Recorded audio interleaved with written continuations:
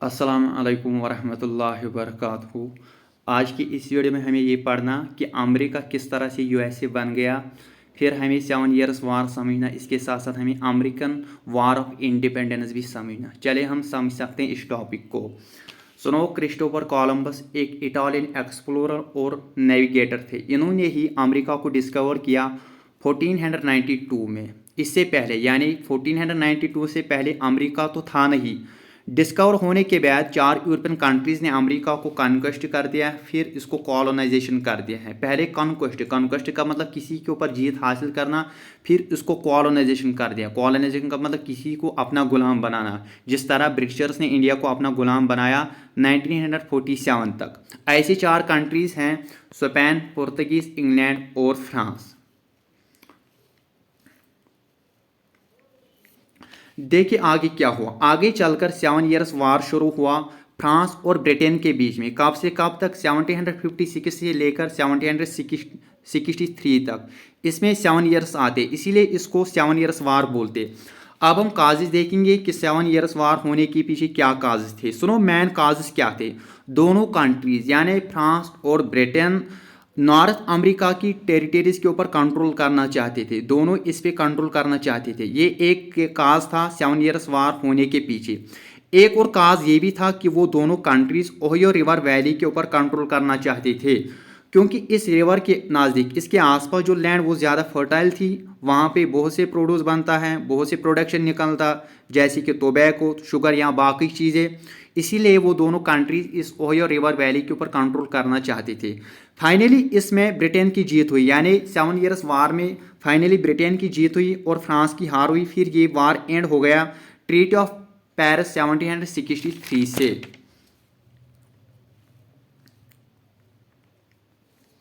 सुनो, वार के बाद क्या हुआ। वार खत्म होने के बाद हुआ ये था कि ब्रिटेन ने सभी अमेरिकन कॉलोनीज को कैप्चर कर दिया, यानी 13 कॉलोनीज इस समय पे अमेरिका में थे। इन सभी कॉलोनीज के ऊपर ब्रिटेन ने कैप्चर कर दिया, इनके ऊपर कंट्रोल किया। ब्रिटेन का माना कि 7 ईयर्स वार में हमें जो कुछ भी नुकसान हुआ, इसी को पूरा करने के लिए, इसको रिकवर करने के लिए ब्रिटेन ने इन कॉलोनीज के ऊपर हाई टैक्सेस लगा दिया है, हाई टैक्स इम्पोज किया।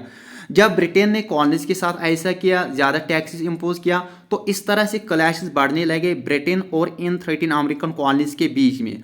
कॉलोनीज का मतलब इस समय पे अमेरिका ही था, जो कि इस समय पे ब्रिटेन के कंट्रोल में थे। जब ब्रिटेन ने अमेरिकन कॉलोनीज के साथ ज्यादती किया, ज़्यादा से ज़्यादा टैक्स इम्पोज किया, तो इस तरह से American revolutionary war of independence की शुरुआत हुई। इन्हीं 13 अमेरिकन कॉलोनीज ने आगे चलकर यूएसए खड़ा किया, यूएसए बनाया। अमेरिकन वॉर ऑफ इंडिपेंडेंस की शुरुआत इन्हीं 13 कॉलोनीज ने करवाया। चलिए समझ सकते हैं कि कौन कौन सा एक्ट ब्रिटेन ने पास किया।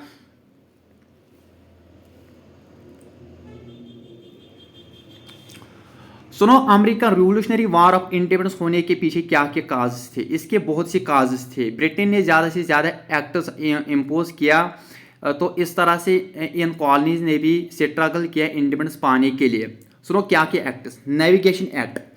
इस एक्ट में ब्रिटेन ने अमेरिकन कॉलोनी से ये बोला कि आपको सिर्फ और सिर्फ ब्रिटिश शिप्स के थ्रू ही इंपोर्ट और एक्सपोर्ट का ट्रेड करना, किसी दूसरे कंट्रीज के शिप से नहीं। इसके साथ साथ ब्रिटेन ने इन कॉलोनीज के ऊपर हाई कस्टम ड्यूटी इम्पोज किया। कस्टम ड्यूटी भी एक टैक्स ही होता है जो चीज़ों के ऊपर लगा दिया, चाहे इंपोर्ट या एक्सपोर्ट का ट्रेड हो। एक और एक्ट ब्रिटेन ने पास किया, वो था शुगर एक्ट 1764। इस एक्ट में ब्रिटेन ने शुगर के ऊपर ज़्यादा टैक्स लगा दिया है। इसके साथ साथ ब्रिटेन ने मर्केंटिलिज्म लाया। सुनो इसमें क्या बताया गया, जो कॉलोनीज थे वो जो भी रॉ मटेरियल प्रोड्यूस कर सकते हैं, फिर इसको ब्रिटेन में ही सेल करना, फिर फिनिश्ड गुड्स को भी सिर्फ ब्रिटेन से ही खरीदना। कहने का मतलब कि इन 13 अमेरिकन कॉलोनीज को किसी दूसरे कंट्री के साथ ट्रेड नहीं करना, किसी भी तरह की कोई रिलेशनशिप दूसरे कंट्री के साथ नहीं रखना, सिर्फ और सिर्फ ब्रिटेन के साथ ही।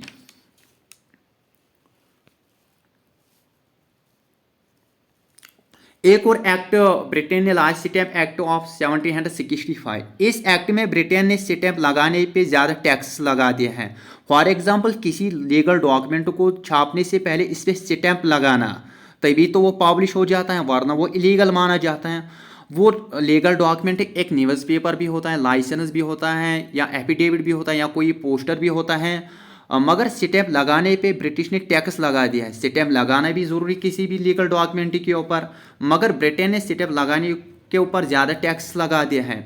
वैसे तो एक न्यूज़पेपर पब्लिश करने में ज़्यादा एक्सपेंडिचर तो नहीं आता है, मगर जब 1000 न्यूज़पेपर्स को छापना तो 1000 न्यूज़पेपर्स पे 1000 स्टैम्प लगाना, तो इसमें कितना एक्सपेंडिचर आता है, तो बहुत ही एक्सपेंडिचर आता है। तो जो न्यूज़पेपर के मालिक उसको बहुत ही प्रॉब्लम हुई। स्टैम्प एक्ट से खासकर पब्लिशर्स, लायर्स, जर्नलिस्ट्स परेशान थे, इन्हीं को ज़्यादा प्रॉब्लम इस स्टैम्प एक्ट से। इसके बाद उन्होंने नो टैक्सेशन विदाउट रिप्रेजेंटेशन, यानी कि इन कॉलोनीज को रिप्रेजेंटेशन पार्लियामेंट में नहीं दिया। इसके साथ साथ एक एक्ट ब्रिटेन ने पास किया, कॉवर्टेरिंग एक्ट 1765, यानी जो ब्रिटिश सोल्जर्स थे जो कॉलोनीज में रहते थे, इनको फूड प्रोवाइड करना, इनको शेल्टर देना, ये भी इन कॉलोनीज को ही देना।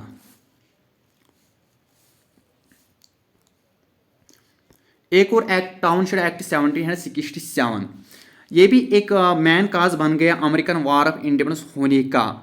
टाउनशिप एक्ट 1767, ये एक्ट चार्ल्स टाउनशिप के नाम पे, जो कि इस समय पे चांसलर थे, इसीलिए इस एक्ट को टाउनशिप एक्ट बोलते। इस एक्ट के थ्रू ब्रिटेन ने कॉलोनीज के चीज़ों पे टैक्सेस इम्पोज कर दिए हैं, जैसे कि टी के ऊपर, गिलास के ऊपर, पेपर के ऊपर या बाकी चीज़ों के ऊपर। जब ब्रिटेन ने ऐसा किया तो अमेरिकन कॉलोनीज ने इस टैक्स के अगेंस्ट में प्रोटेस्ट किया और ब्रिटिश गुड्स को बाइकआउट कर दिए हैं। आगे चलकर यानी 1770 में सिटी ऑफ बॉस्टन में ब्रिटिश सोल्जर्स ने 5 अमेरिकन्स को मारा। इस इंसिडेंट को बॉस्टन मैसेक्रे बोलते हैं, जो कि 5 मार्च 1770 में हुआ।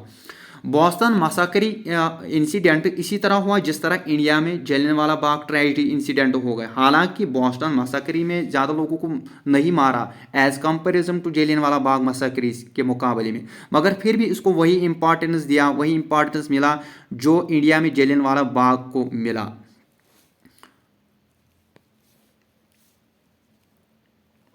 अब हम पढ़ेंगे Boston T party incident.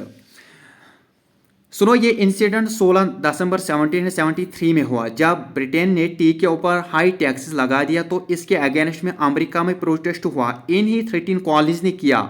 America में एक ग्रुप बॉस्टन टी पार्टी का, वो ग्रुप रेड इंडियंस ड्रेस जैसे पहनते थे, इन्होंने बॉस्टन हार्बर पे शिप्स को डिस्ट्रॉय कर दिया है। वो इन शिप्स पे चढ़ गए। इन शिप्स में टी बंडल्स थे, लगभग 342 बंडल्स। इन्होंने इन सभी के सभी बंडल्स को समंदर में फेंक दिया है। इससे ब्रिटेन को काफ़ी नुकसान हुआ। इसी प्रोटेस्ट को बॉस्टन टी पार्टी इंसिडेंट कहा गया। ये भी एक मेन रीज़न बन गया अमेरिकन वॉर ऑफ इंडिपेंडेंस होने के पीछे। सैमुअल एडम्स ने इस बॉस्टन टी पार्टी इंसिडेंट को आगे लीड किया। ये एक लीडर रहा था American revolutionary war of independence में। साथ साथ ये एक पॉलिटिकल फिलासफर भी और एक फाउंडिंग फादर्स भी यूनाइटेड स्टेट्स का। देखिए, ये एक आइकॉनिक फोटो था बॉस्टन टी पार्टी इंसिडेंट का।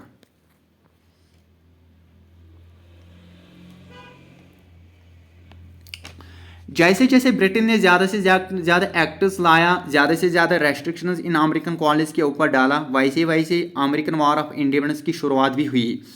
First American revolutionary war start हुआ बैटल ऑफ लैक्सिंगटन और बैटल ऑफ कॉनकॉर्ड, जो कि 19 अप्रैल 1775 में हुए।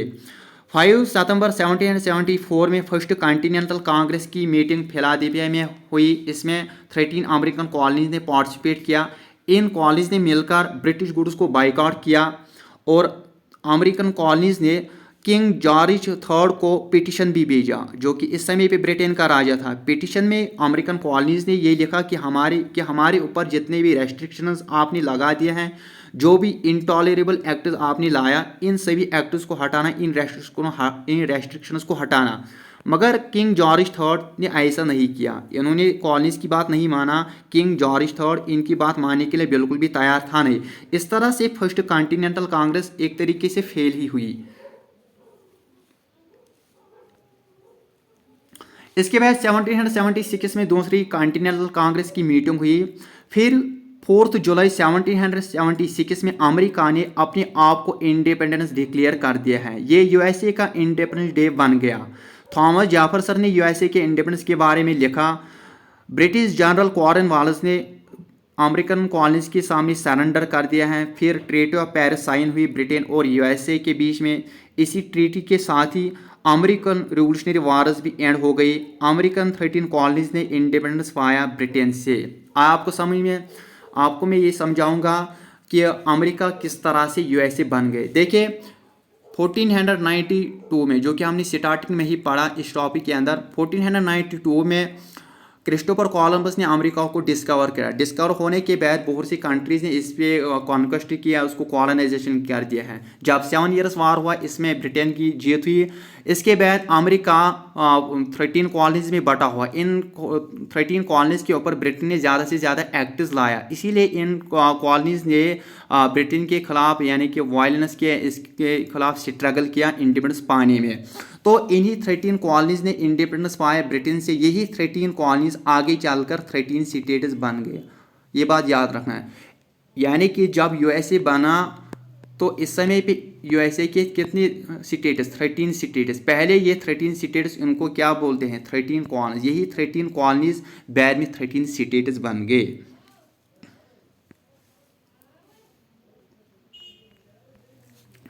एक बात आपको याद रखना, वो यह है कि अमेरिका को काफ़ी सपोर्ट मिला फ्रांस से। फ्रांस ने अमेरिका को हेल्प किया इंडिपेंडेंस पाने में। वो तो इसलिए क्योंकि 7 ईयर्स वार में ब्रिटेन ने फ्रांस को हराया। इसको बदला लेने के लिए फ्रांस ने अमेरिका को हेल्प किया। कॉन्टिनेंटल कांग्रेस की आर्मी ने ब्रिटिश सोल्जर्स को डिफीट दिया और ब्रिटिश सोल्जर्स ने सरेंडर किया यॉर्कटाउन वर्जीनिया में। फाइनली 1783 में अमेरिका ने इंडिपेंडेंस 4 जुलाई 1776 में अमेरिका ने इंडिपेंडेंस पाया ब्रिटेन से। ये बात याद रखना। ट्रीटी ऑफ पेरिस साइन हुई 1783 में। इसी ट्रीटी ऑफ पेरिस के थ्रू सभी अमेरिकन रिवोल्यूशनरी वार्स एंड हो गई, ये बात याद रखना।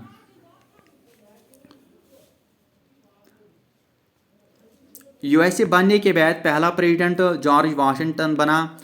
इसके साथ साथ इसका कॉन्स्टिट्यूशन भी बना 1787 में यूएसए का कॉन्स्टिट्यूशन भी इफेक्ट में आया। इस तरह से टॉपिक कंप्लीट हुआ।